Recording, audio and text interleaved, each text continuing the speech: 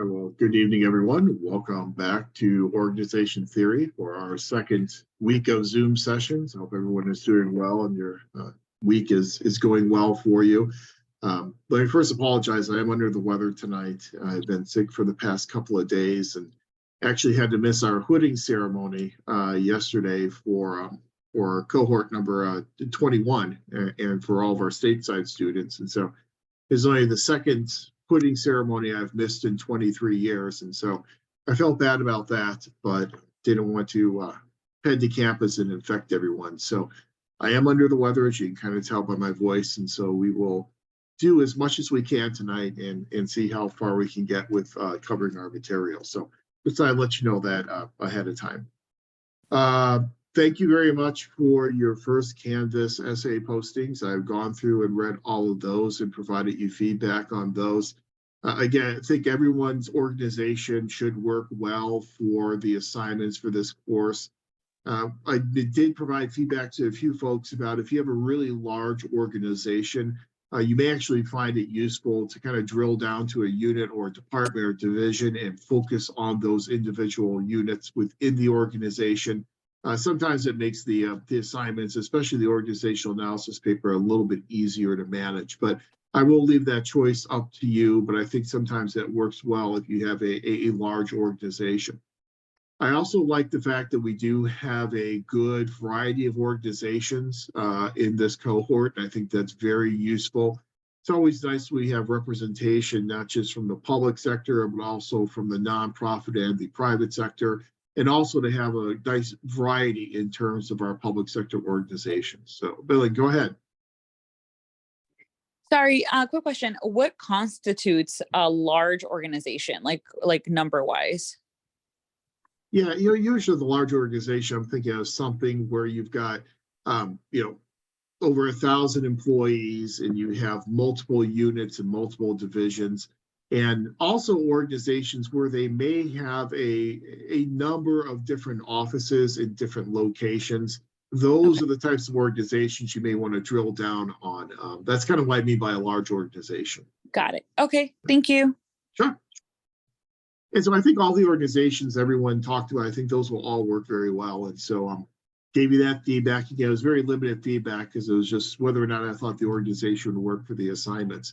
Now, coming up, your next Canvas essay, for this one, we're comparing public and private organizations based on the material that we covered last week. And last week, we talked about some of the reasons why private organization theory may not work very well in public organizations.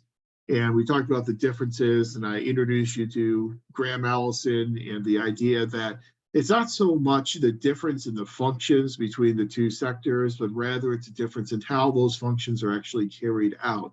And so for this Canvas essay, you're going to take that information, then you'll be selecting one public or nonprofit organization and one private sector organization, comparing those organizations, highlighting two similarities between them and two differences between those organizations. So again, either a public or private organization, then compared public or nonprofit organization, then compared to a private sector organization. So yeah, pretty straightforward type of assignment, but again, just kind of pick up on some of the information that we had covered last week in our foundational types of concepts. Now, where we are at in the class now for this week is that we are now going to begin our journey through the organization theory literature. And we're going to do it chronologically, as I talked about last week. And then we're also going to do it with an eye on the Tompkins typologies and looking at how these different schools of thought, these different theories relate to the different models of organizational effectiveness, the methods for coordination and control, and the motivational theories that are talked about in the Tompkins textbook. So for tonight, we're going to start with our School of Classic Organization Theory. And in classic organization theory, you've been exposed to some of these authors before in your 500 course. You've talked about Max Weber, you've talked about Frederick Taylor, you've probably talked about Luther Gulick as well. What we're going to do tonight is we're going to drill down deeper into that information. So in 500, you kind of got the tip of the iceberg. Now we're going to go a little bit deeper into each of those authors and their theories and what their theories mean for our understanding of public and nonprofit organizations. So when you start with a discussion of classic organization theory, from a chronological perspective, we're usually going back to the mid to late 1800s, which is where we really started looking closely at organizations and studying organizations in terms of trying to determine how to make those organizations more effective. And whenever you start with classic organization theory, you almost always start with our good friend Max Weber. And Max Weber brought with him to the understanding of organizations he was a sociologist and brought with him kind of that approach to understanding organizations. Max Weber really believed in empiricism, really believed that we needed to base our decisions upon empirical evidence. We needed to be able to go out there and collect tangible evidence, analyze that evidence, and use that evidence then to render our decisions. And then we would take those decisions that we made and we would document them. And everything in our organization should then be based upon written documentation. So we're moving away with Max Weber, away from the idea of just basing what we do on beliefs, and instead basing what we do on empirical evidence and empirical fact. Weber really believed in organizations. He felt that a bureaucracy was the highest level of rationality that you could get. And so he really had a belief that these bureaucratic organizations that could base their decisions on empirical evidence could lead us down the road to rationality and making rational decisions. And we all know with things like rational comprehensive decision-making, we are collecting as much information as we can, analyzing that information, and then using that information then to make the most appropriate, or for Max Weber, the best decisions that we could make in terms of how we structure our organizations. Weber was very concerned about the structure of the organization. And if we could structure our organizations in this ideal way, we could then create effective organizations that would achieve a lot of our goals, such as effectiveness and efficiency, and to some degree, protection of individual rights as well. Weber felt that organizations operated based upon the authority for power, the authority for the exercise of power within those organizations. And he felt that there were three different types of authority that we could base our power upon: charismatic authority, traditional authority, and legal rational authority. Charismatic authority is authority that comes from an individual leader themselves. And so we know about charismatic leadership. I'm sure you've talked about charismatic leadership in this program before. With charismatic leadership, we have a leader who leads based upon the force of their character, the force of their charisma, the force of their personality. So for some leaders in organizations, that's the basis of their authority, is in their charisma, in their own personality as an individual. Then a second basis for authority is what's called traditional basis for authority. And the traditional basis for authority is essentially the authority resides with the people or the organizations or groups where that authority has always resided. And so, one example of that, just not to get too far into another piece of research, but one of the ways to look at this from the field of political science is in terms of the different types of the different types of approaches that we see across the country. In the Southeast, we tend to have what's called a traditional political culture.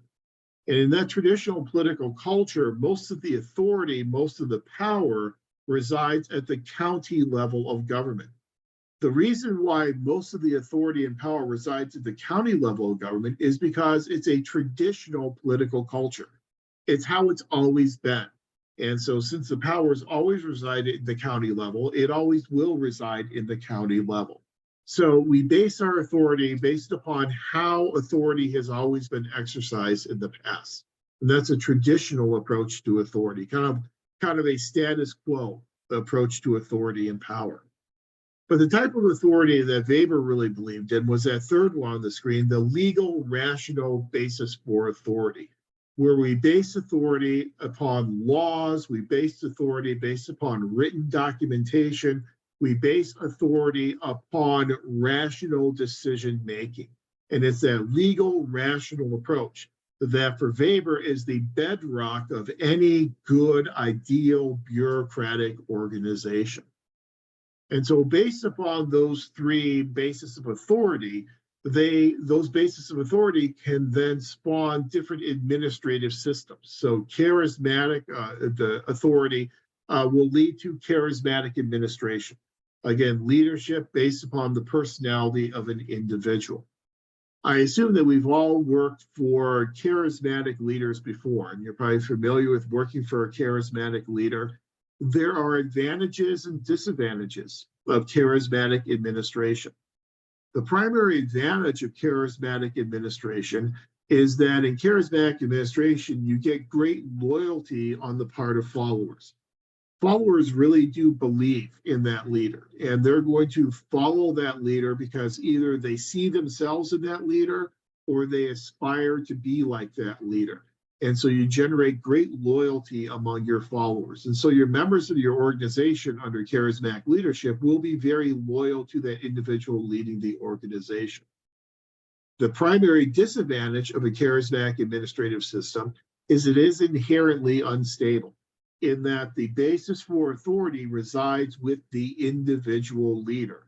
When that individual leader leaves the organization, they take their power and authority basis with them when they leave the organization. And so that's one administrative system, but Weber would argue, obviously not the best administrative system. Then the next three systems you see on the screen there, patriarchal, patrimonial, and feudal administrative systems, those are all based upon the traditional system of authority, the traditional basis of authority.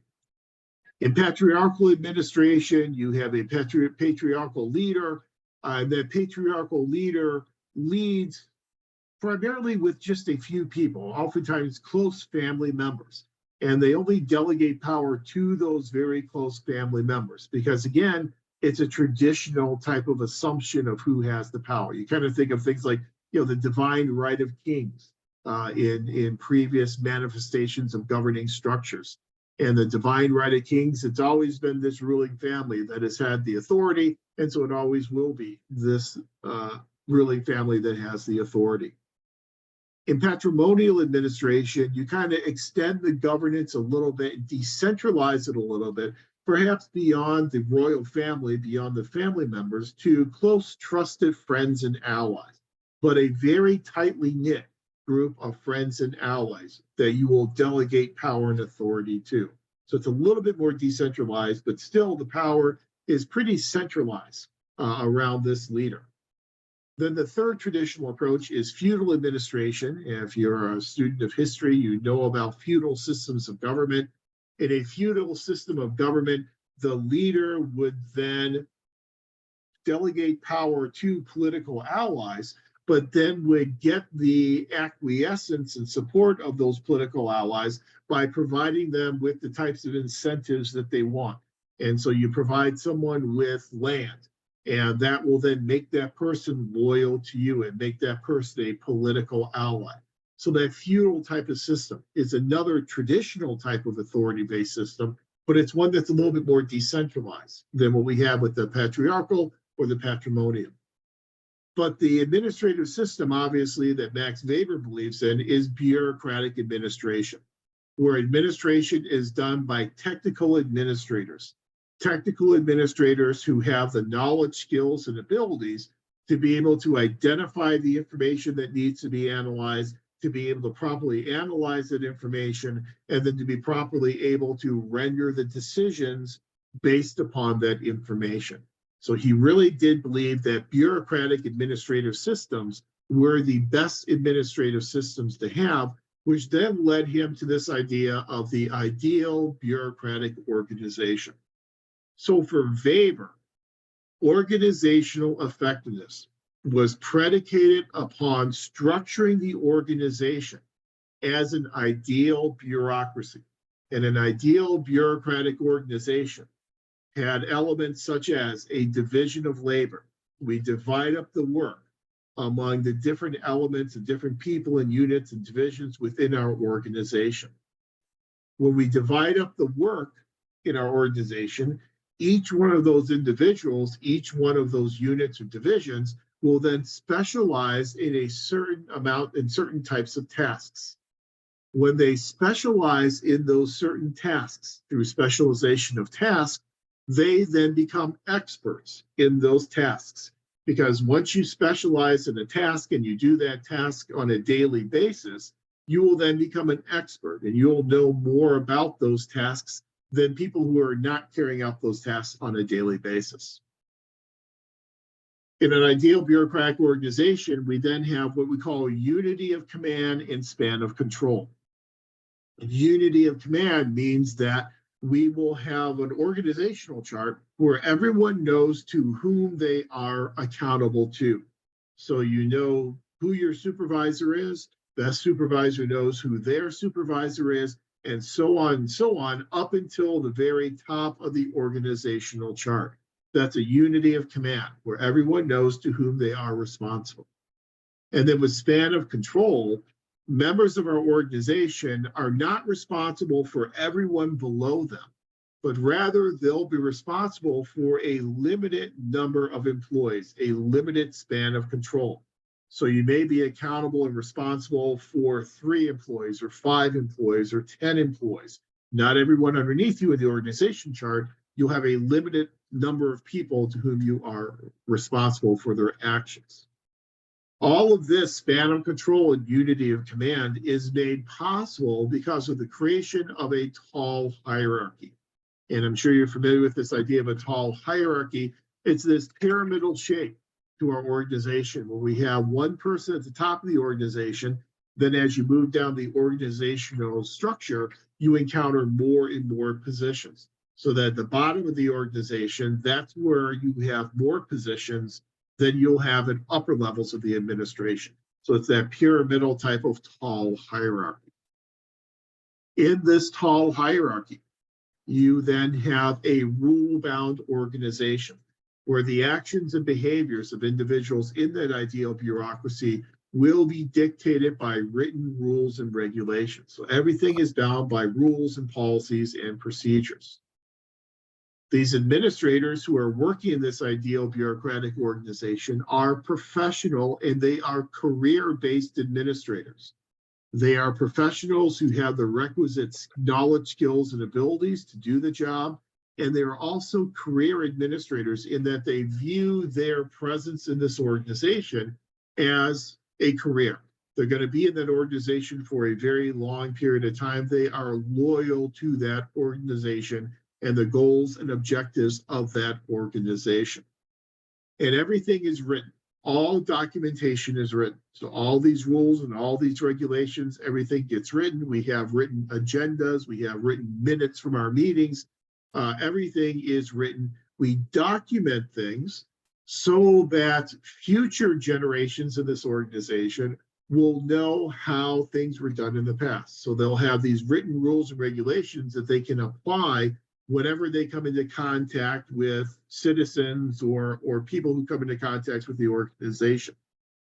That means that we can treat people fairly. We can treat people equally. So we're basing it on written rules, and so everyone is subject to the same written rules and the same written policies. Again, it is a very structured type of organization. And Weber really felt that if we could structure our organizations in this manner with a division of labor and specialization of tasks, span of control, unity of command, tall hierarchy, rule-bound, professional and career administrators, and written documentation, that's how we can make our organizations effective. So number one, it's based upon structure. Number two, the ideal bureaucracy is very much based upon this top-down assumption that power is held at the upper levels of the administration, and then that power can then be delegated to those at lower levels of the organization as seen fit by the leaders of the organization. So power is something that is given out and delegated at the discretion of the leaders of the organization. So it is a very top-down type of centralized approach to structuring your organization. But again, it is this kind of one-size-fits-all approach that if we can make our organization into an ideal organizational structure, then we can have an effective organization. Now, the goals of the organization are established at the upper levels of that organizational chart. So our goals are typically effectiveness and efficiency, like I said, to a little lesser degree, individual rights, but the goals are very much organizational goals. So it's very much of a macro level type of an approach, where we are looking at what is in the best interest of the organization without a lot of concern that's being paid to the individuals within that organization. We assume that they are career professionals. We assume that they have the requisite knowledge, skills, and abilities to do the job, but they are essentially, just parts of the organizational machinery who are all there to work toward achieving the goals of the organization. So Weber, in terms of the models of organizational effectiveness, will certainly favor those models that are on the control end of the spectrum.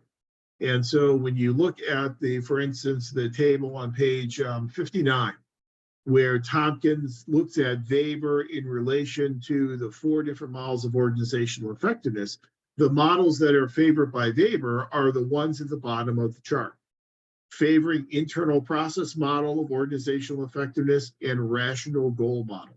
So how do we know that we are being effective as an organization? We're being effective as an organization when we are working together to achieve the goals of the organization. So the ultimate measure of effectiveness is how well the organization is achieving organizational goals, not individual goals, but organizational goals. And the way in which you achieve those organizational goals is by focusing internally to the organization on the internal processes within that organization. Again, establishing control over what people do and how they do it in the organization, creating stability within the organization, managing information and managing tasks within the organization that will all contribute to the accomplishment of those organizational goals. So it is very much of a control-oriented, top-down type of approach to how we measure effectiveness and how to make our organizations effective. In terms of our methods for coordination and control, direct supervision is obviously one of the major mechanisms that we're going to use in Weber's ideal bureaucratic organization. We're going to have direct supervision. We're going to have this top-down type of control that's going on within our organizations.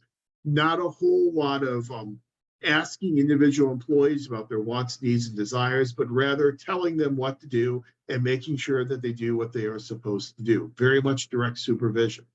And then also some standardization as well. So we have some standardization, as Tompkins tells us, in terms of work processes, some standardization in terms of worker skills to make sure that they are these professionals with the knowledge, skills, and abilities necessary to do the job. So very much based upon standardization. And then in terms of our mechanisms for motivation, or our theories for motivation, legal compliance. We are holding people accountable for their actions. We're not really allowing them to self-govern and self-determine what they do on a daily basis. We are telling them what to do. We're then holding them accountable for what they are doing. We hold them accountable through legal compliance, making sure they are not only doing their job, but they're punctual, they're on time, they don't have high rates of absenteeism. Because if you have an employee who is not doing what they're supposed to do, you can always replace them with another employee. There's not a whole lot of inherent value to those employees as individual human beings. It's more of a focus on what those individuals can give to the organization in terms of accomplishing organizational goals. Now, obviously, Weber takes a relatively dehumanizing approach to individual employees. There's not much discussion about the goals of the individuals. It's all a focus on the goals of the organization. And as such, Weber's ideal bureaucracy was open to a lot of criticism. And the criticism that came primarily from human relations theorists was just that it was dehumanizing and that it really only focused on the macro level without paying a whole lot of attention to the micro level approach or the management oriented approach. It was very much a macro level organization first type of an approach. And that's one of the reasons why we then ended up seeing future theories and future schools of thought grow up around this human relations approach in the 1930s and the 1940s and the 1950s.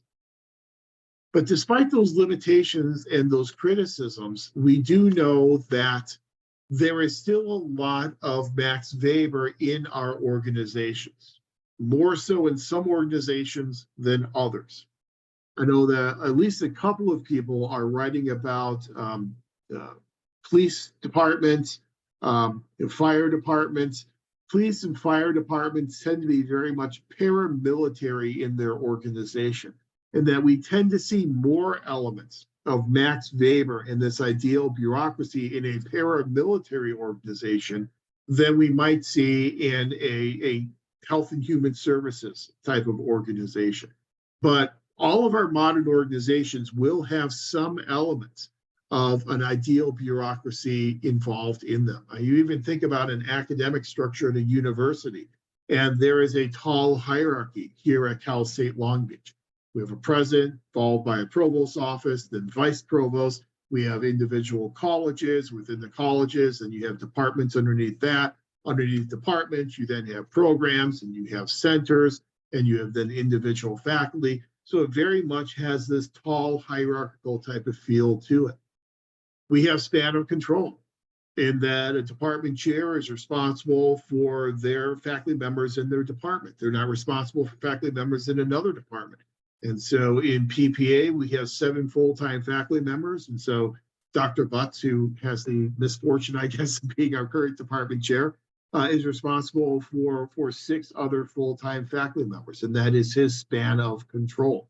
But there is also a unity of command in that the individual faculty member is held responsible to perhaps the program director. So someone who teaches in this DL program is held accountable to the DL program director, which that's the position I'm in currently. And then the DL program director is then responsible to the department chair. Department chair is then responsible to associate deans. Associate deans are responsible to deans. Deans are then responsible to provosts, vice provosts. Vice provosts are, you get the idea. Very much a scalar chain, very much this unity of command. So even though we like to talk about our modern organizations and how much our modern organizations value individual employees and our human base, we still have a lot of these elements from Max Weber in our modern organizations. And as you do your organizational analysis paper, I'm sure you're going to recognize a lot of those different types of Weberian elements in your organization. The Weberian elements tend to be much more common, not only in paramilitary organizations, but also in larger organizations. The larger an organization is, the older and more established that organization is, the more likely it is to have those Weberian elements. There is a phenomenon in organization theory literature known as institutional rigidity. Put that in text chat. And again, if I misspell things, I'm typing and talking, but institutional rigidity. Institutional rigidity is a theory that says as organizations age and as they get larger, they tend to become much more rigid in that they tend to develop more and more rules and policies and regulations, and then they adhere much more closely to those rules, regulations, and policies. By having all these policies and adhering to these policies, they do become very rigid in that they're not very flexible, they're not able to adapt to their environments nearly as much as a newer, more nimble type of agency. As they become more rigid, these organizations that are older and larger will tend to build walls, if you will, between the organization and between the clients, the citizens that an organization is serving.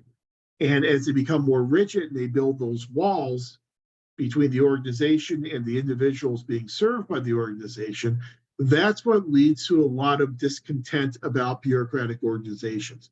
That's where people start to say organizations don't care about me, they're inflexible, they're not willing to make changes to help me, they're not listening to me, there's too much red tape. All those dysfunctions of a bureaucracy, those are oftentimes attributed to institutional rigidity.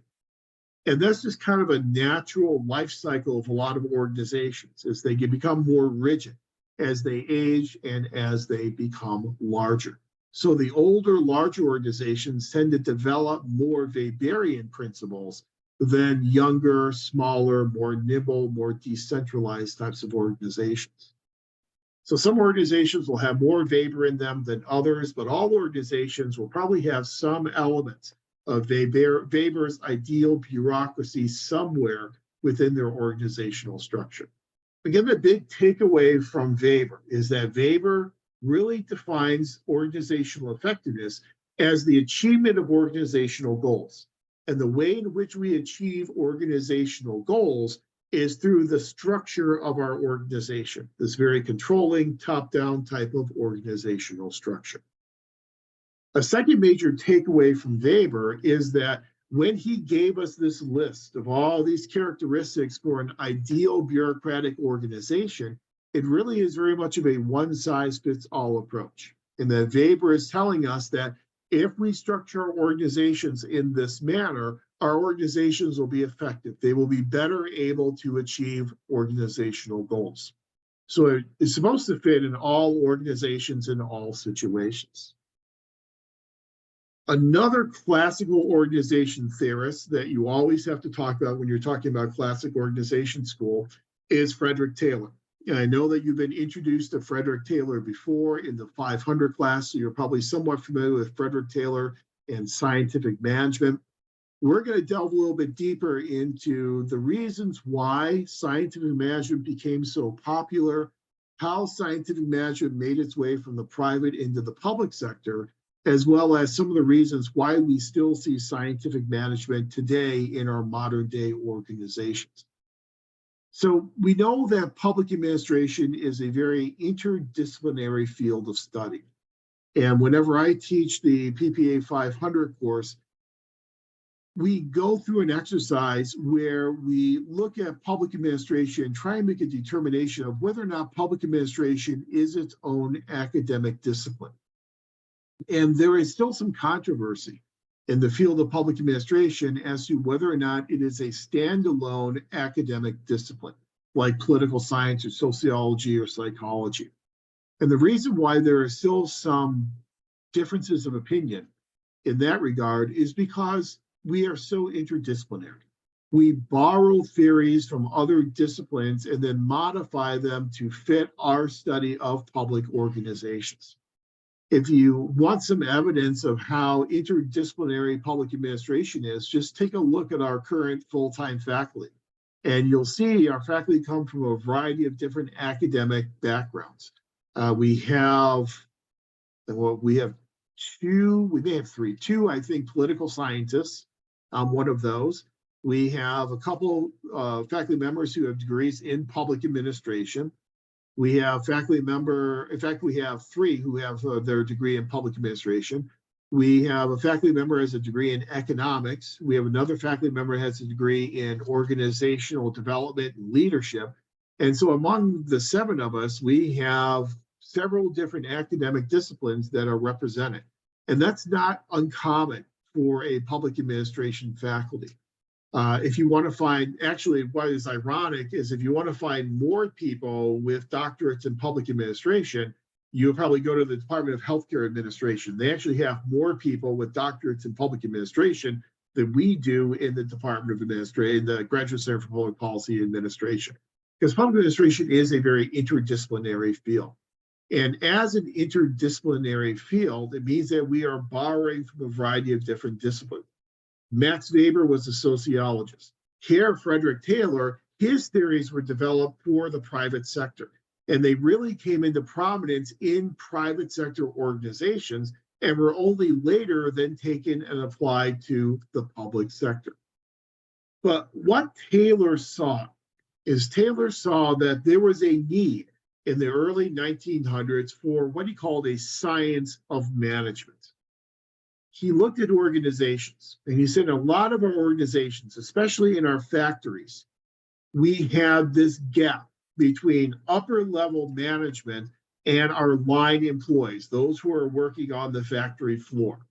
We didn't really have a level of middle managers to kind of span that gap between our upper level administration and our everyday factory line workers. So he really wanted to kind of develop this level of middle managers. Because we didn't have this level of middle managers, there was little supervision and guidance that was being provided to those line workers on a daily basis. Since there was little supervision, little guidance being provided to those line workers were oftentimes doing the least possible. They were just doing enough to get by in any given day. That is what he referred to as the process of soldiering. Soldiering was putting in the least amount of effort that you could get away with putting in. And they were doing that because there wasn't a whole lot of supervision and guidance being provided to them. And then when you also think about that period of time, you know that we had Upton Sinclair in the jungle and a lot of these exposés about the terrible working conditions in a lot of these factories, which led to a lot of labor unrest and people rising up against these poor working conditions and this compensation that was barely capable of keeping people afloat on a daily basis. And so Taylor looked at all these problems in our organizations and decided we needed a science of management. And so he then endeavored to create this science of management, what came to be known as scientific management. The primary goals of scientific management, number one, as we said, to eliminate soldiering among employees by defining measurable standards for performance for these employees. To set standards by selecting the right employees for a job, hiring people who have the necessary skill set to be able to do the job.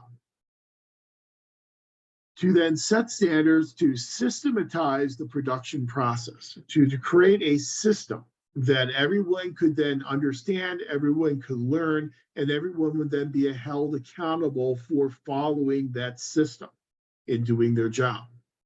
To systematize the tools that they were using in the production process. Essentially, what Taylor wanted to do in scientific management was to find the one best way to do a job. So if we could go into our organizations and we can look at every job being done in our organizations, and we can take those jobs, we can then deconstruct them into the one and create the one best way to do those jobs. Then we train all of our employees in that one best way and hold them accountable for doing the job in that one best way. That's how we then become efficient and effective as an organization. And the goals for Frederick Taylor were to systematize the production process in order to make the organization efficient and effective. Not only are you going to hold people accountable for doing the job in this one best way, but you will also reward them for performance. So if they are doing the job in that one best way, you will provide them with monetary rewards. And so with this idea of scientific management, essentially what we would do is we would engage in what he called his time motion studies. You're probably familiar with these time motion studies, but in a time motion study, you would actually have someone who would watch a job being done. They would literally deconstruct the job into its component elements, and they would time every single movement that that employee was taking. And the basic simple example of that was shoveling pig ore, a very simple, very easy type of job, not physically, but at least in terms of mentally, a very simple type of job where you'd have employees who would be holding a shovel. They would take the shovel, put it into the pile of pig ore, pick up that pile, shovel full, take it over, put it into a cart, go back to the pile, start over again, and do that all day long. So what he would do in his time motion study is he would position himself with a stopwatch, and he would time the amount of time it took the employee to put the shovel into the pile of pig ore, the amount of time it took them to lift the shovel full out of the pile of pig ore, the amount of time it took them to take the shovel full over to the cart, and the amount of time it took them to dump that shovel full into the cart. than the amount of time it took them to go back to the pile and start the process over again. He would deconstruct jobs into each one of their component elements, would time each one of those movements, as he called them, and then he would take all the movements that were productive and efficient, keep those, then take all the inefficient movements and eliminate them, collect all the efficient movements together into what he referred to as the one best way to do the job. So he advocated a system where we would essentially engage in job analysis, as we call it today, analyze each of our jobs, come up with the one best way to do every job in our organization. Then we would train our existing employees how to do that job in the one best way. We went out there and hired new employees. We would hire employees who only have the skills necessary to do that job. And then those would be the people who would be hired into those positions. And then again, we would reward people for doing the job in an effective, efficient manner. And then we would penalize those who were not doing the job in an efficient, effective manner. And the primary way we would penalize them is we would remove them from the organization. Frederick Taylor later on took a lot of grief for some of the language that he used in his writings when he described employees. And to give you a couple of examples, Frederick Taylor called employees, referred to employees as what he referred to as boorish beasts. He said employees are boorish beasts. And as boorish beasts, they must be taught how to do the job, and they must be held accountable for doing the job. He didn't think that people really had a lot of creativity. He didn't think they had a lot of intelligence. He really kind of felt they were what Douglas McGregor would later on call our Theory X types of employees. They were our Theory Xers. They were not very creative, not very intelligent, not motivated. They really had to be directed in what to do and how to do it. He also referred to employees as being what he called the cogs in the machinery, that people were just simply cogs in the organizational machinery. And so when you think about cogs, you visualize cogs, each cog has a series of teeth. And that what makes the machine go is as one cog turns, the tooth on that cog pushes against the tooth on the other cog, which then turns it. And then the tooth then pushes on another cog, which turns it. And if all the cogs have the teeth and all the teeth in the right positions, then the machine is going to operate. If, however, there's a cog that is missing a tooth, then the machine is going to grind to a halt. So what he said is, we look at people as being cogs in the machinery. So if we have a cog that's not working, and we have a person who's not working right in the organization, we simply take that person, we throw them away, and we replace them with someone else. People are replaceable cogs that do not necessarily have any inherent self-worth as human beings. But again, with this idea of scientific management, the similarity between scientific management and Weber's ideal bureaucracy is that we are, number one, focusing on the organizational goals. And for Frederick Taylor, the primary organizational goal was efficiency, to create more output with fewer inputs. But it was all about that organizational goal, not an individual goal. Secondly, Taylor was similar to Weber in that Taylor's scientific management was looking at the one best way. Taylor was all about creating this panacea, creating this cure-all that could be applied across all organizations. The difference, though, is for Taylor, the panacea, the cure-all, was looking at the process of work and creating the one best way of doing the job. For Weber, his panacea was the organization structure. So when Weber looked at structure, Taylor looked much more at the process of work. So there are similarities and differences, but because they were looking at the goals of the organization, because they were looking at this one-size-fits-all approach, because their approach was a relatively dehumanizing type of approach, that's what kind of fits the two of them together into this classical school of organization theory. But now again, this scientific management approach was really started in the private sector. It didn't make it over to the public sector until the early 1920s. The early 1920s really became the heyday of scientific management. A lot of public organizations looked at the private sector and said, well, this seems to be working in a private organization, So let's go ahead and apply it in our public organizations. Now, based upon our discussion from last week, we know why private business theories oftentimes are not easily translatable into the public sector. So when you're saying we are going to reward people monetarily for their performance in the public sector, that's much easier to do in the private sector than it is in the public sector. We are saying we are going to deconstruct jobs into their one best way to do the job. Well, that's something you might be able to do in an assembly line in an auto factory. Much more difficult to do it in a social service agency when we are dealing with different people who have different types of wants, needs, and desires. Very much along the lines of what we talked about last week with what we said was, an intensive type of technology. In the public sector, we tend to use much more intensive technologies where we have to modify what we are doing based upon the clients that we are dealing with.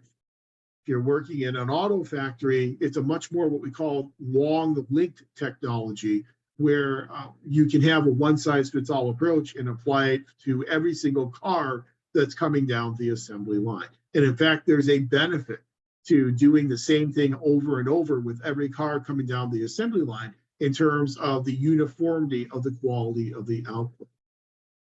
As we've already said, the primary criticism of scientific management was how dehumanizing the approach was to individual employees. Whenever you refer to people as being boorish beasts, whenever you refer to people as being cogs in the machinery, obviously you're not paying a lot of attention to what those individuals need as human beings.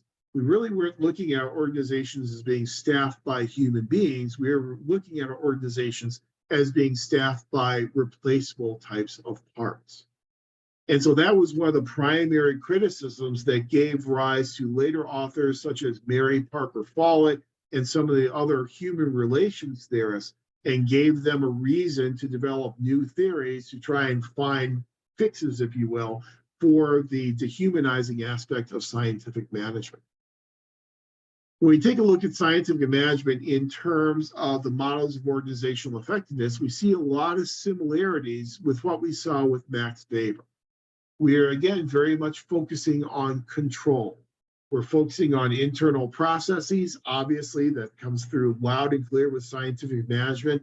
And we're also focusing on goal attainment. We're focusing on the goal of the organization. The goal of the organization for Frederick Taylor and scientific management is, again, more efficiency-based. We're trying to make our organizations as efficient as possible so they can create more output with fewer inputs. How do we coordinate and control the work of people within our organization? Obviously, it's through standardization. We're looking for the one best way. We're obviously standardizing. We're standardizing primarily work processes in that one best way to do the job. We're also standardizing work outputs that if we are going to standardize the process, then all those processes that have been standardized should then result in a standardized work output as well. So it's very much based upon this standardization, this one-size-fits-all type of panacea. How do we motivate our employees? We motivate our employees through legal compliance. Again, if they are not doing the job in the one best way, we then remove those employees from the organization. There's not a whole lot of ongoing professional development there. It's easier just to remove the person and replace them with someone who can do the job better. But we also have some focus on rewards as well. We provide these monetary rewards for performance. So if you're not doing the job well, you're gone. If you're doing the job well, we will motivate you by providing you with monetary compensation. So again, you see a lot of overlap and similarity with Max Weber and his ideal bureaucracy, but there are some distinctions between Weber and Taylor. But like Weber, we still see a lot of Frederick Taylor in our modern day organizations. Now, you've already had the PPA 577 Human Resource Management course. And so hopefully in 577, you talked about some of the functions of human resource management. And one of the primary functions in human resource management is the creation of job analyses, where we will take each of the positions in our organization and we will analyze those positions. We'll look at what's being done on a daily basis by the incumbent in that position. We'll look at the amount of time, the percentage of time that's being spent on those discrete tasks. We will deconstruct and analyze each individual position within the organization. That's a job analysis that's very similar to the whole idea of scientific management. Once we do these job analyses for each one of the positions in our organization, our next step then is to engage in what's called a job evaluation. In that job evaluation, we will take each of our positions and we will compare them to each other. We'll compare them to each other based upon the amount of skill that's required to do those jobs. So you need management skills, interpersonal skills to do this job. Do you need budgetary skills in order to do this job? Do you need higher communication skills to do this job? So we'll look at the skills for each of the jobs that come out of that job analysis. We will look at the expectations in terms of what they have to do in terms of physical harm. Is there a lot of potential for physical harm? Is there a lot of potential for mental harm and mental anguish? But we'll look at all these different elements that came out of the job analysis and we'll compare jobs to each other. And whenever I do the human resource management class, which I don't do a whole lot anymore, I usually use the example of doing a job evaluation between a police chief and a patrol officer. So, the police chief will have more budgetary skills that are required, will have higher order communication skills that are required, supervisory skills that are required, much more so than the patrol officer. So the police chief position will score much higher on those characteristics than the patrol officer. However, the patrol officer is probably subject to a lot more potential for physical harm because they're out there on the streets on a daily basis, patrolling those streets, interfacing with people. So there's a lot more potential for physical harm than you would have with the police chief job. What you do is you oftentimes do what we call a point factor evaluation. You'll then compare all these elements of the police chief job and the patrol officer job for the ultimate purpose of position classification, to determine where to place those positions on our position classification system, and then determine how much to compensate each of those positions at. So our processes of job analysis, job evaluation, position classification, the creation of position descriptions, all those things we do on a routine basis in our modern organizations, the antecedents of those can all be traced back to Frederick Taylor and scientific management. So even though today we like to talk a lot about human resource management and helping develop our employees and helping meet the wants, needs, and desires of our employees, we also have to recognize that there are still a lot of vestiges of classic organization theories, such as scientific management, alive and well in our modern organizations today. Oops. So Max Weber and Frederick Taylor really do create kind of this backbone of the classic school of organization theory. Now, Tompkins then kind of moves into what he calls administrative management theory. And with administrative management theory, he moves into people like Henri Fayol, and he moves into James Mooney, and he moves into Luther Gulick.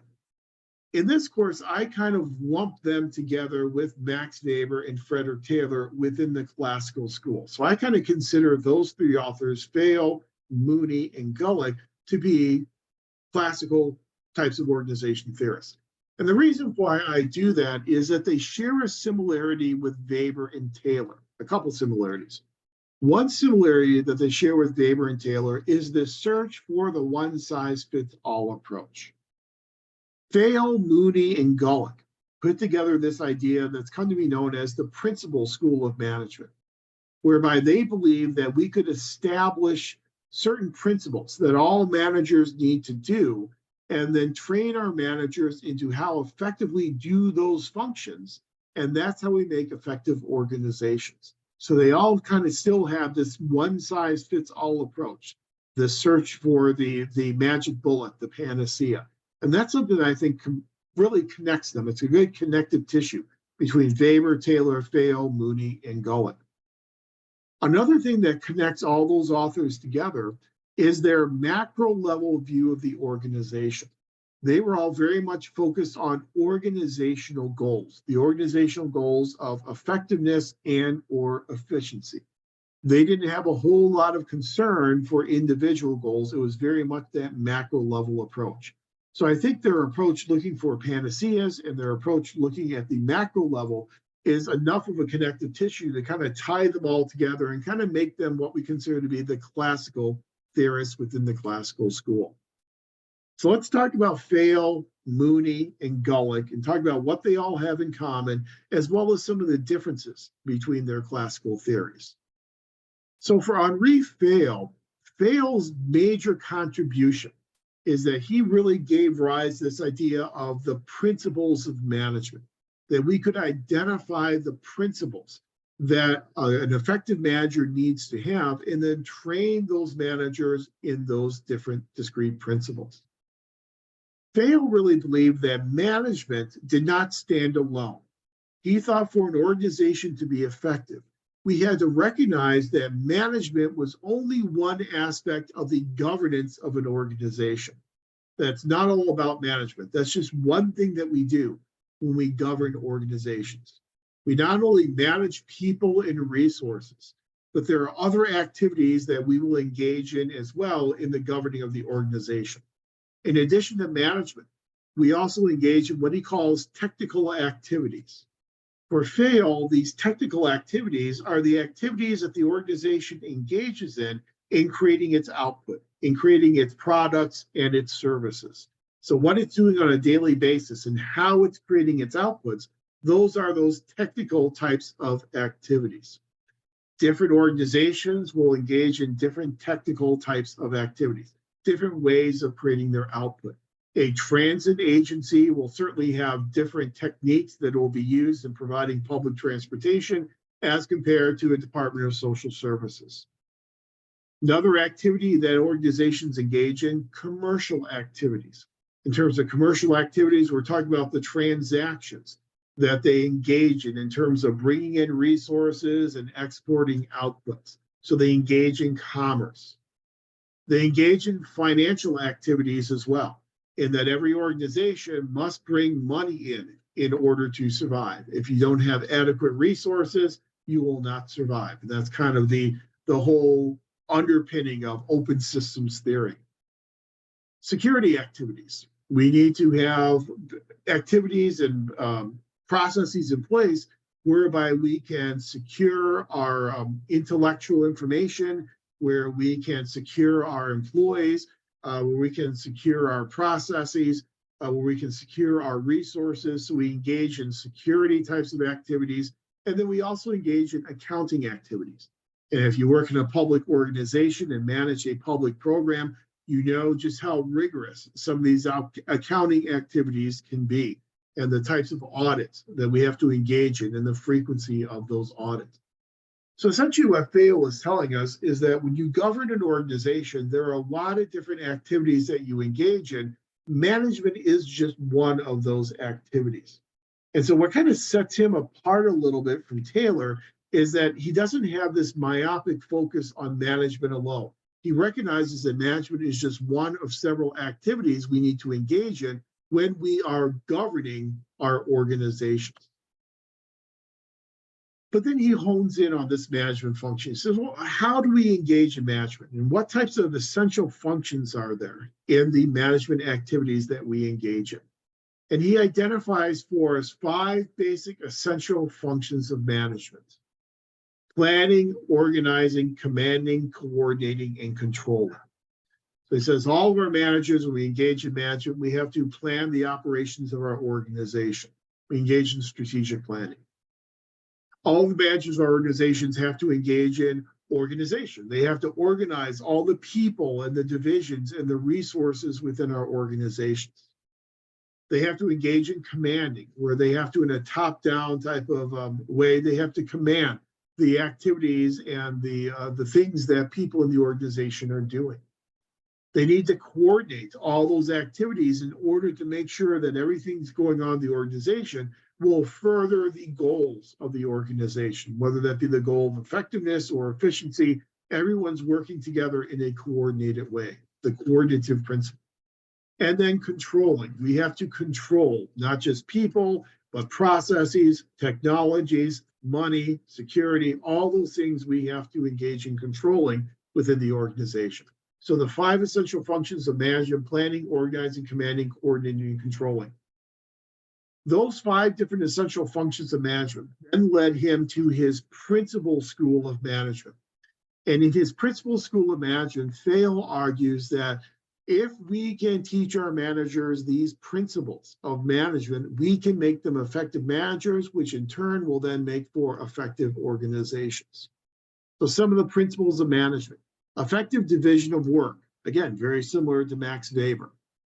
The principle that authority creates responsibility, that whenever you delegate authority for a certain type of activity, that then creates a situation where that employee will then assume responsibility for the quality of the product that is being created as a result of that grant of authority. It talks very specifically about delegation of authority to subordinates. We need to know how to effectively delegate authority. Third is discipline. We need to have disciplinary principles and know how to discipline our employees in what situations and what forms of discipline work in certain situations.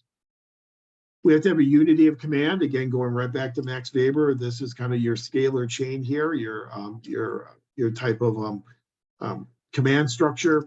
Subordination to the general interest, that individual interest should be subordinate to the general interest of the organization.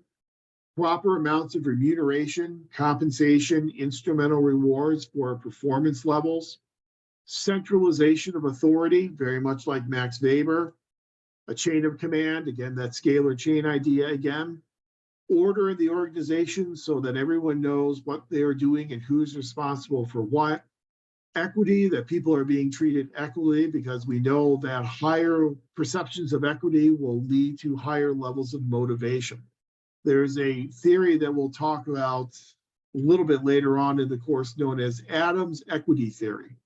And Adams equity theory says that employees will look at the inputs they're providing to the organization and then what they are getting out of it. So the contributions versus the rewards. If they feel that they are putting in more than what they're getting out of their daily jobs, and if they feel that other people are putting less and getting out more, then you're going to have a problem in terms of equity. So it's important that everyone feels that they're being treated equitably and they're getting out what they're putting in at the very minimum to the organization. Stability of personnel, again, goes back to Max Weber, his idea of career professionals. You have stable personnel who are committed to the organization. You have employees who are willing to take initiative, and you reward initiative so people are not afraid of taking chances and trying something new. And then the creation of this thing known as esprit de corps. The esprit de corps is a team spirit, a feeling that everyone in the organization is in this together. And that type of esprit de corps will then obviously lead to higher motivational levels. What Fayol tells us is if we can adhere to these different principles of management, if our managers can adhere to these different principles, this is how we make an organization effective. But again, it's a limited set of principles that should apply in every situation across every single organization. So again, it really underscores that one-size-fits-all approach that is very much a tenet of the entire classical school of organization theory. How do we then implement these principles according to Fayol? According to Fayol, we really have to analyze our organization. So we survey our organization to see what's working, what is not working, what resources we have, what resources we need, what types of skills we have, what types of skills we need. We then put together a plan for how to implement all these principles in the organization. We implement those principles. We then have to have reporting mechanisms by which we can report on how well these principles are being implemented, and everything is written in written documentation, very much like Max Weber in his ideal bureaucracy.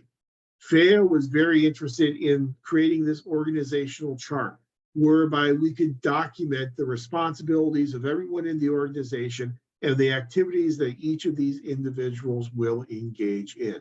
But again, by doing this is kind of this panacea, this one-size-fits-all approach.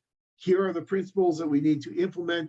Here is how we implement those principles across all of our organizations.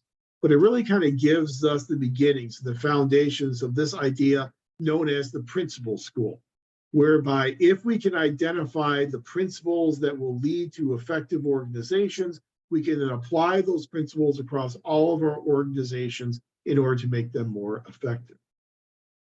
James Mooney, who also worked within this principles type of approach, had a lot of similarities to Henri Fail and his approach, but the big difference between Fail and Mooney is that Fail, in some of his principles, as you'll see back here, looked at things like initiative, and looked at esprit de corps, looked at authority creating responsibility, and really kind of looked at those psychological elements of employees within the organization.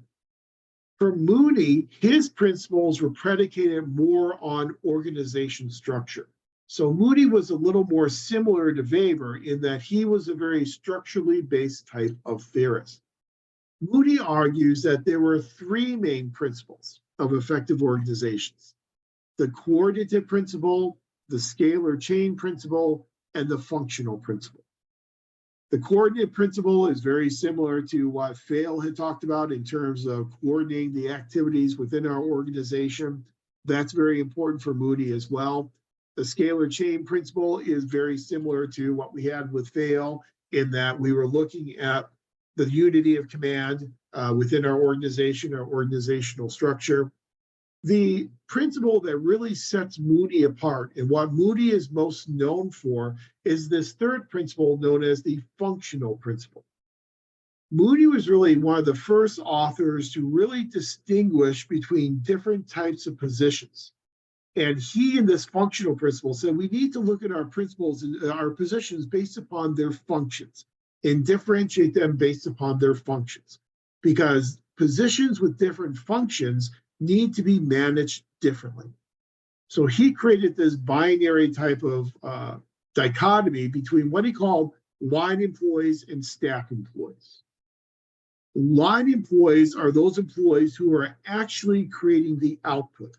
And so, for instance, if you have a social services organization, in that social services organization, you might have human service practitioners. Those human service practitioners are your line employees. They are the ones who are going out and interfacing with clients. They're the ones going out there and providing the service plans for those clients. They're actually interfacing. There are those street level bureaucrats who are actually coming into direct contact with the public. Those are your line employees. By contrast, staff employees are those employees who provide the resources to make the functions of the line employees possible. So the staff employees may be those employees who might work today in an HR office, or they could be budget analysts. They are the people who are gathering the resources, managing the resources that then make the work of the line staff possible. So why is that important? Why is it important to have this differentiation and functionality between line and staff employees? It's important because now, kind of for the first time, we are differentiating between different types of positions. So for a line employee, the way in which you manage that line employee may be different than how you manage that staff employee. That line employee may need to have more communication skills and more sophisticated, especially verbal, oral communication skills than a staff employee may need.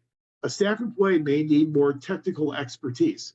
So it might be vital for a staff employee to know different types of budgets and how to do audits. That may be important for a staff employee, but not nearly as important for a line employee. How you interface with an individual client is important for a line employee, but maybe not that important for a staff employee. So this functional principle is important because it's really, again, the first time that we're really looking at the differences between employees that kind of pushes us a little bit, not much, but a little bit away from that one size fits all approach, saying that we need to know what position we're managing before we can say how to effectively manage that position. So for Mooney, it's really that functional principle, that differentiation between the line and staff employees that Mooney is probably best known for. But of Fail, Mooney, and Gulick, those three authors that are talking about these principles, the one that is best known in public administration is Luther Gulick. And whenever you talk about the principal school of management, it's usually Luther Gulick that gets a lot of credit for that principal school. And the reason why Gulick is usually remembered more in public administration and for having more of an impact on public administration than Fail or Mooney is that Gulick really had the opportunity to apply a lot of his theories and approaches directly to the public sector. Luther Gulick was one of three members of the Brownlow Commission. And if you remember your American history, in the 1930s, we had the FDR administration that was implementing its New Deal to try and pull the country out of the depths of the Great Depression. That New Deal included the creation of all these different alphabet agencies, all these different agencies in the federal bureaucracy, and the creation of all these different federal programs.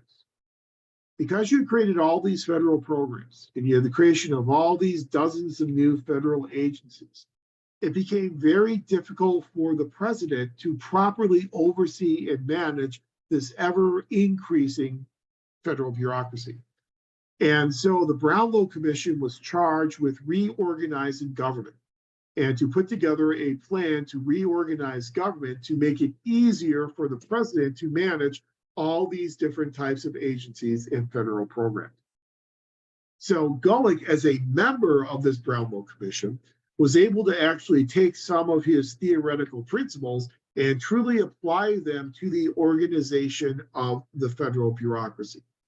Some of the results of the Brownlow Commission recommendations were things such as more of a reliance upon merit-based hiring and merit-based management of employees. In 1883, we had a Pendleton Act, as you learned about in your 500 course, that really introduced us to the idea of merit-based hiring in the federal government. But it wasn't really until the Brownlow Commission in the 1930s that we really expanded that idea of merit to the vast majority of positions across the federal bureaucracy. So Gulick really did have an impact upon the actual structure of the federal bureaucracy, much more so than Fail and Mooney. I think that's why Gulick really is the best known of the three. But Gulick, like Fail and Mooney, believed that there were certain principles that could be taught to all of our managers to make them more effective and in turn make our organizations more effective as well. So for Gulick, his principles of management have come to be known as POSDCRB. POSDCRB, which stands for planning, organizing, staffing, directing, coordinating, reporting, and budgeting.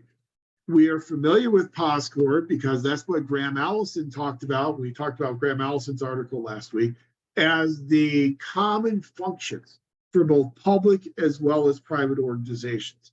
Gulick said, Allison said the similarities between public and private sectors is in these types of functions, in these types of principles.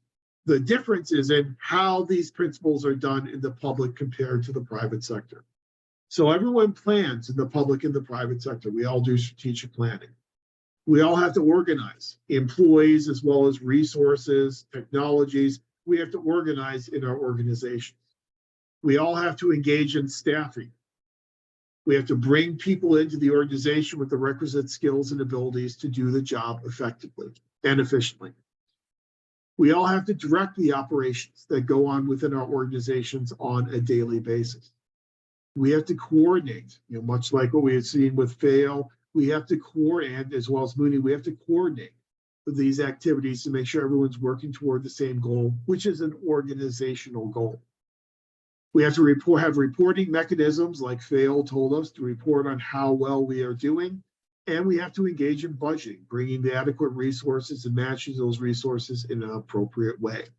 Planning, organizing, staffing, directing, coordinating, reporting, and budgeting, all these principles for Gulick really fit into what he considered to be a managerial toolbox.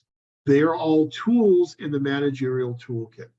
So if we can teach our managers how to do these different principles, we can make effective managers, which will then make effective organizations. So these are all tools in our managerial toolbox. Again, irrespective of who that manager is and what organization that manager is managing. So that's that kind of one size fits all approach that was very common or is very common in the classical school of organization theory. That kind of makes sense when you take Fayol and Mooney and Gulick and you put them all together into this principles approach. It kind of makes sense that there are certain principles that we can teach to managers to make them more efficient and to make them more effective. However, just like all the classical theories, the principal school of Fayol, Mooney, and Gulick really was open to some criticism as well. And two of the primary and the loudest critics of the principal school were Herb Simon and Dwight Waldo.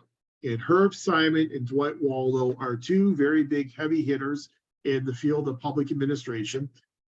Herb Simon is one of those theorists who really made his name criticizing theories of others. Now, Herb Simon is known for certain types of theories like bounded rationality and cognitive limitations, but he's very well known for finding flaws and problems with the theories developed by others.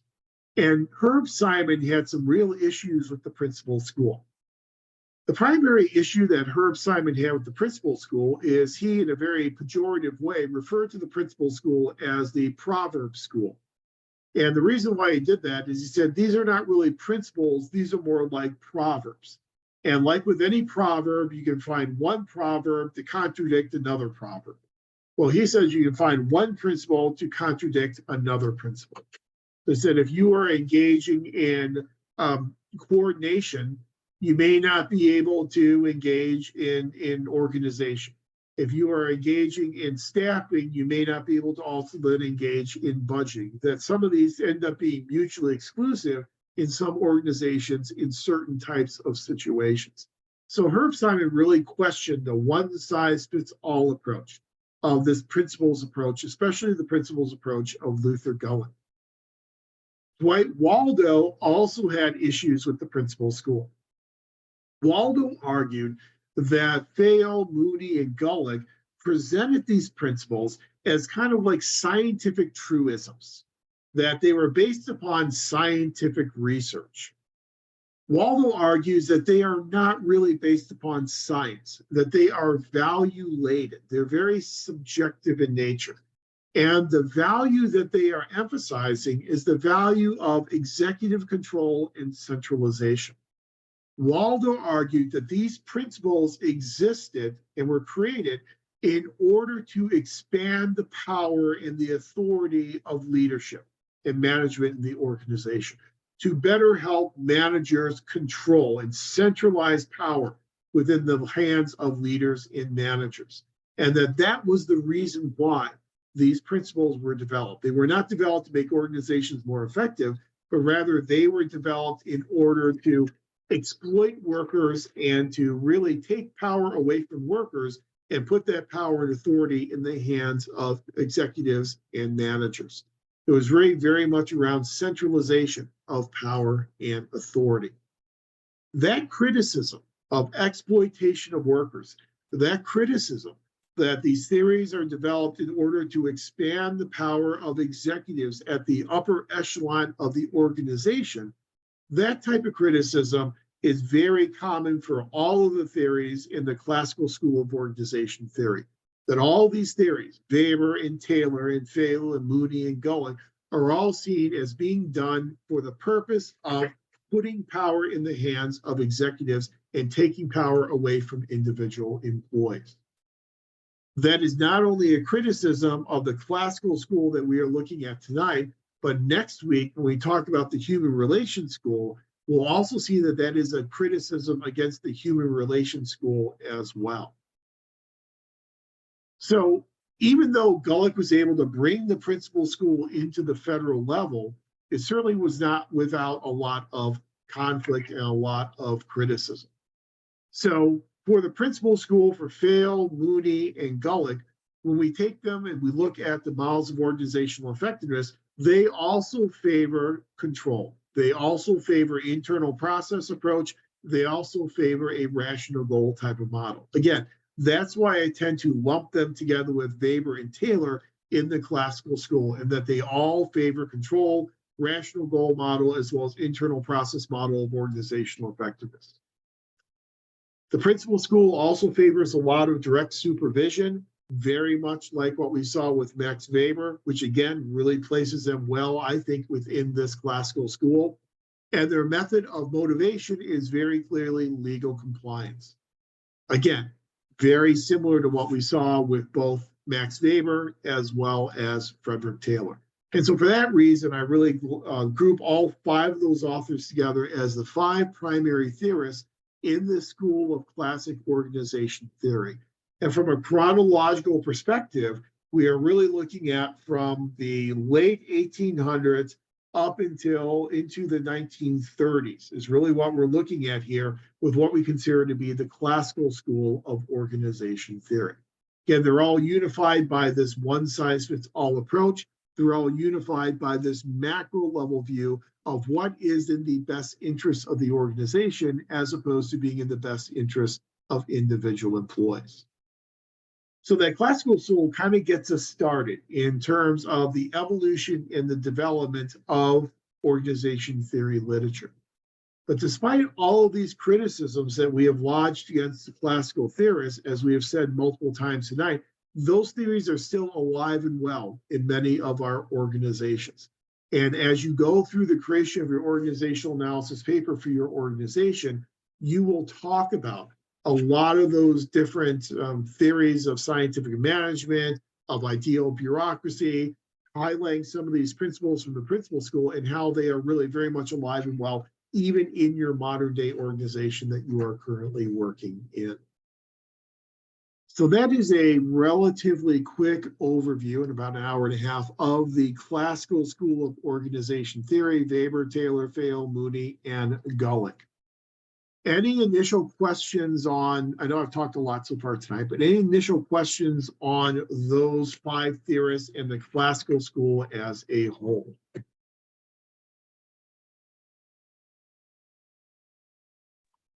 I don't have a question, more of an observation.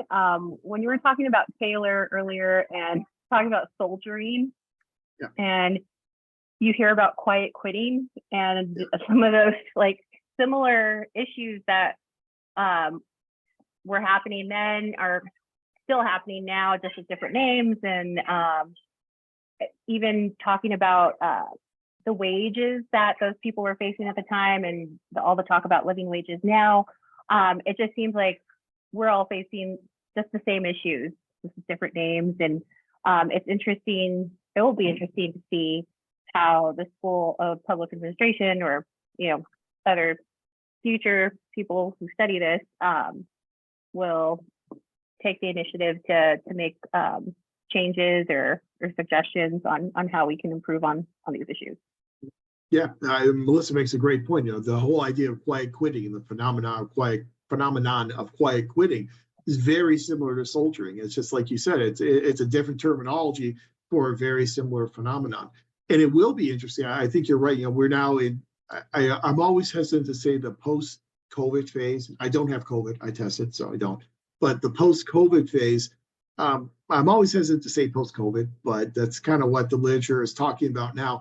It will be interesting to see how public administration researchers deal with a lot of the things that have occurred as a result of remote work, and things like quiet quitting. And some of the quiet quitting is being caused by when employees are being forced to come back into the physical space where they would like to remain remote, at least for part of the time remain remote. They're being forced to come back to the physical office.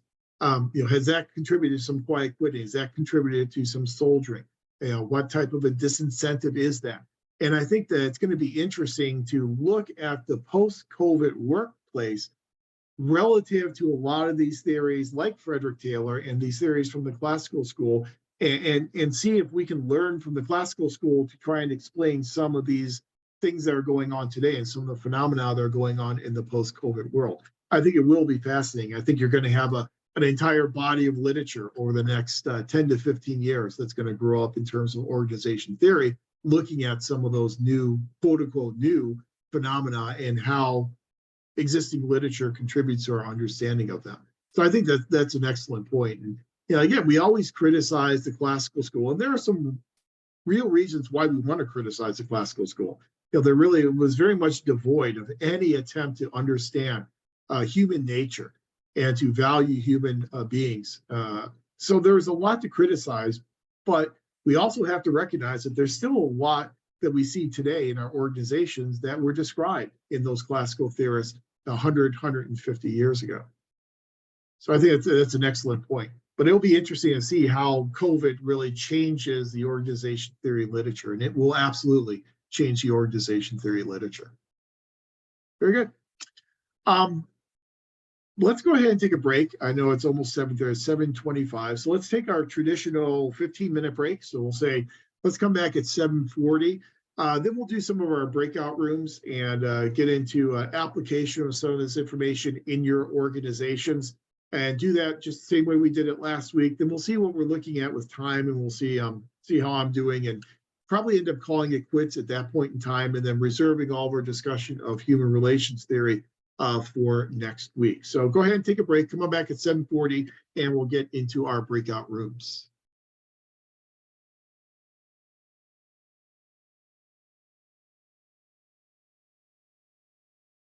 Okay, it's 7:40, so welcome back.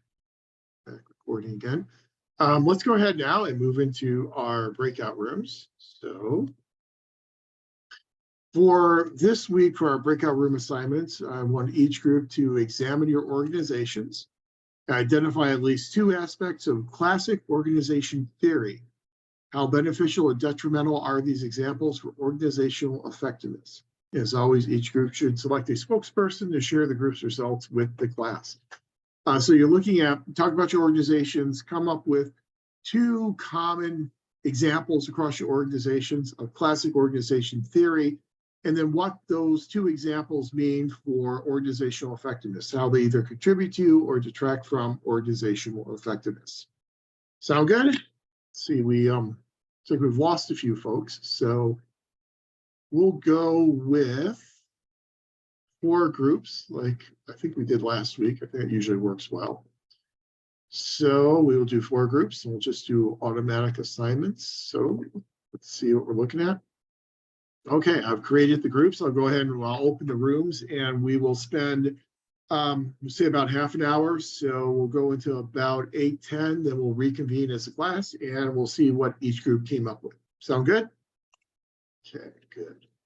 Go ahead and open the rooms, and then you will be off to your room. So here we go.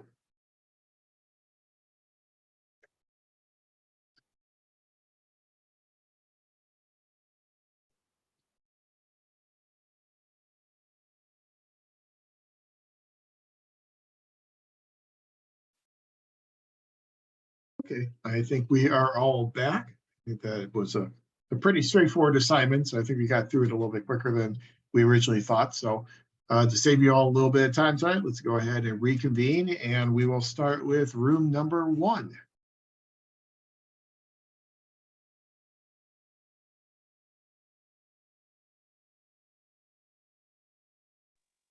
Do you know who was in room number 1? Sorry. Yeah, I was just going to say, I think room number 1, Allegra, Josefina, Rosa. Yes, hi. Yeah, we were in room number 1, and some of the ideas that we discussed included how most of our organizations were structured around hierarchies and hierarchical structures.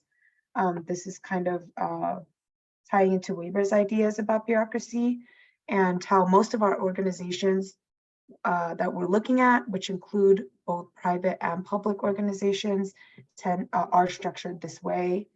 And we talked about how one of the pros is that hierarchical structure makes the chain of command really clear, and it makes it very easy to pivot when it comes to making decisions and new choices and rules. But the negative could be that maybe it's a little rigid and doesn't allow for different ideas of organization, basically, that are maybe more democratic or equal. And the other thing that we discussed was Taylor's idea of scientific management and specifically the division of labor.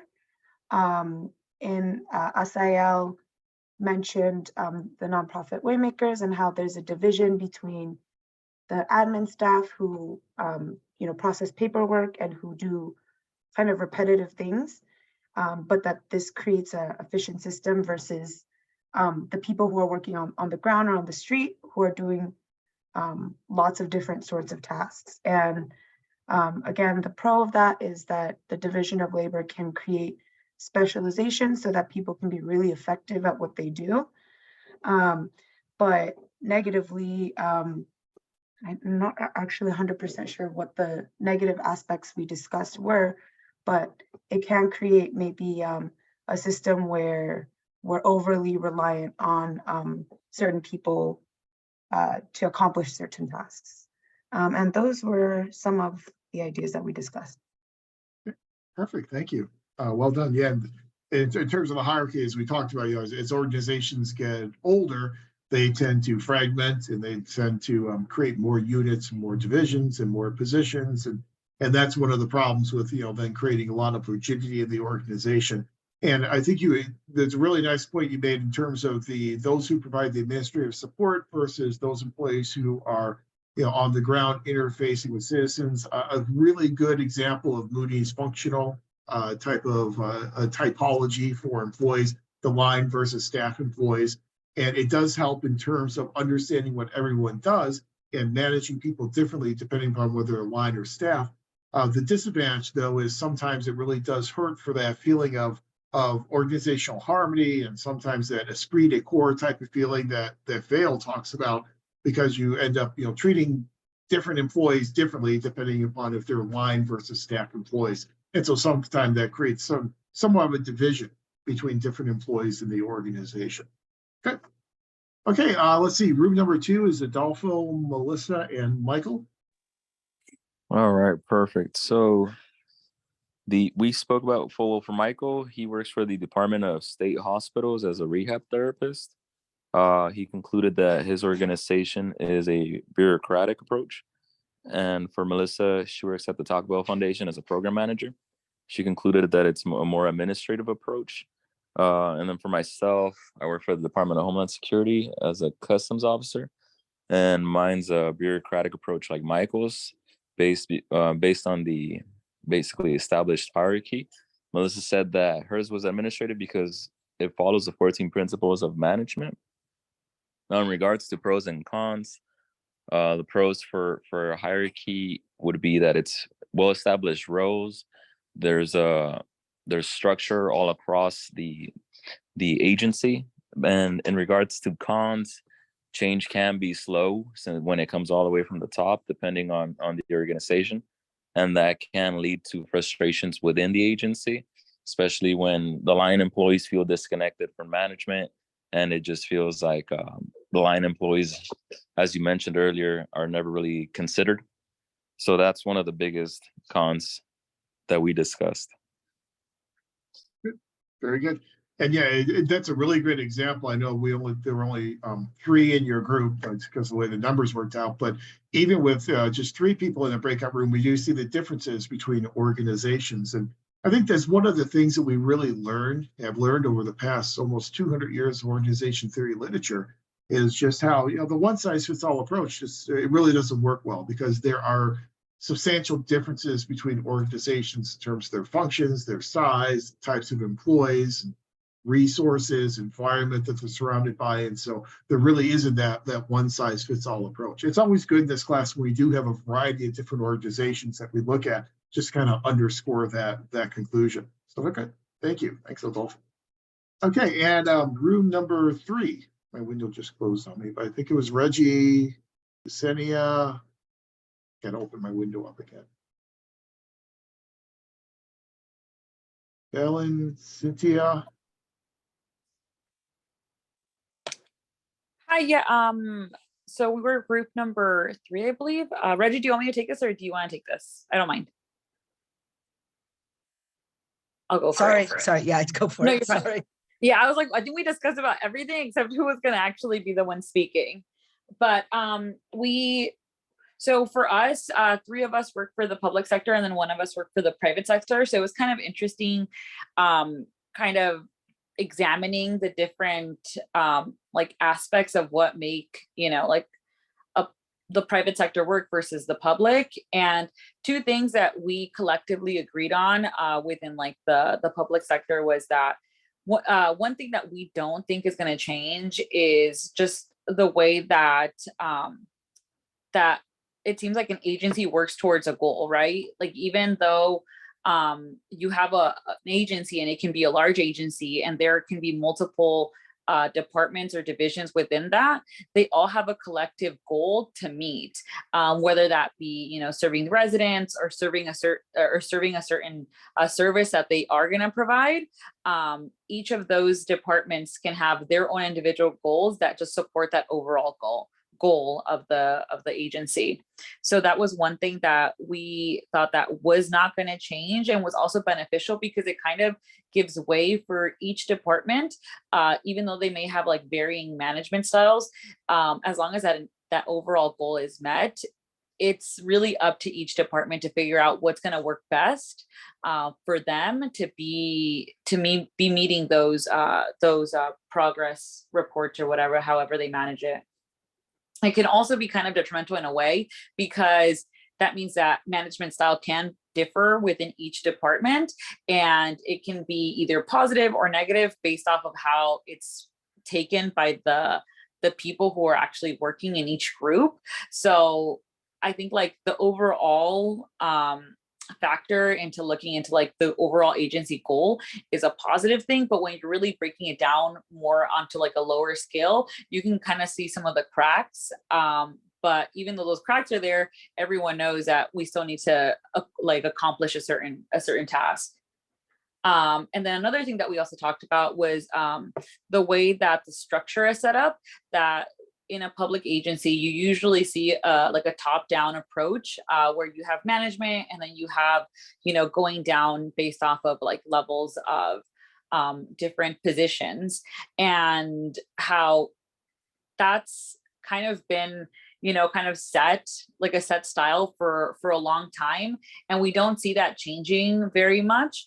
It can have its positive and its negatives. Some of the negatives that it can have is that, you feel like you're being, checked on, that you're being, that maybe like you're given different tasks than someone else that you think you can do. And it kind of puts you in a very limited space as to things that you can try or want to do because they don't really go with what you have. But it also puts more obstacles because that you have to go through certain different levels of basically getting like checks, right, from different management or different people in order to even get like a simple task done, which can be kind of frustrating at times.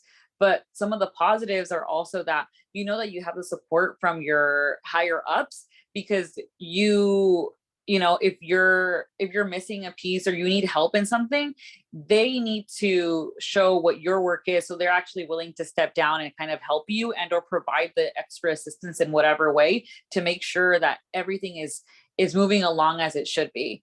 So those are just the 2 things that we focused on mainly, that kind of went along, that we don't really see changing so much in the public sector. Okay, well done. Yeah, and I agree. The hierarchical structure is very unlikely to change, and there are a variety of reasons for that beyond just inertia. But I think one of the reasons is the idea of position classification. So you have position classification systems, and you oftentimes have those supervisory requirements built into a position description within that position classification. And so that kind of makes it difficult for us to have whole-scale changes to our organizational hierarchy. And the other point you made about goals is really important. It's the idea of goal congruence. And a lot of the organization literature, especially the motivational literature, will talk a lot about goal congruence and how goal congruence can be a motivating factor for employees.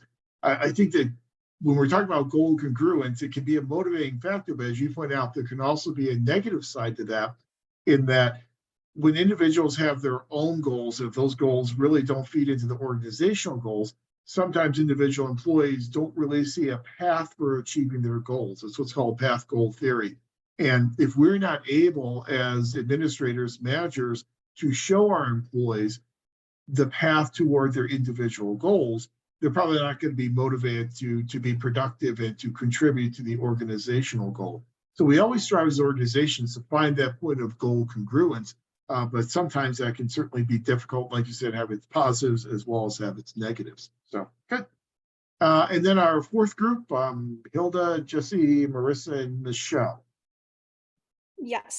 So just quickly, we talked about a few aspects of classical organization theory. Both Jesse and Hilda work for recreational departments, city recreational departments, and they both related to FAIL's essential functions of management. And they also both saw it as beneficial to organizational effectiveness, these functions and how their particular departments carry the functions out. For me personally, what I talked about was one beneficial aspect of classical organizational theory and one detrimental aspect in relation to my department or my organization. So I work for LAUSD and specifically in the Personnel Commission, which is the kind of like the body of human resources for classified staff, for classifications. And one of the detrimental characteristics of classic organizational theory I've noticed is something that Weber talks about, which is having like a very rule-bound organization. And the Personnel Commission is governed by Personnel Commission rules, and they're pretty rigid. They're very difficult to change. The revisions have to go through several people, through management, through our director, and then finally through the commission.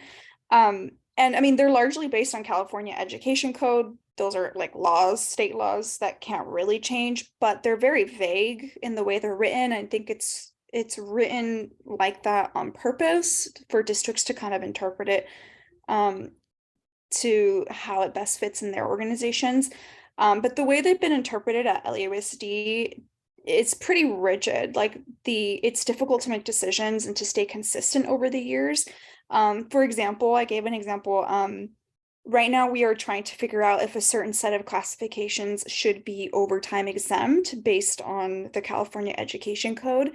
And in the 80s, there was like a set of classifications that were similar to this set that were ruled to be overtime exempt, but that was based on that interpretation. And now our main analyst is interpreting it differently and saying that these are not overtime exempt. So it makes it difficult as an organization to stay consistent, to have reliability in their decisions. So definitely having like a very rule-bound organization I have found to be more detrimental than anything. And then something that I found beneficial, and then Michelle also found beneficial in her organization are it's part of FAIL's essential functions, but it's one of the ways that organizations can carry out these functions is by having organizational charts. And as we previously talked about, like public sector organizations tend to be very hierarchical. So just working within that context, an organizational chart is really beneficial, actually. It helps to see the reporting relationships between employees, their supervisors, managers, all that. And then in like my particular line of work, it helps to see the structure of a division and a department because all of them are structured pretty differently. And the good thing is that we can restructure departments through reorganizations, and it can change. It's not going to stay the same forever.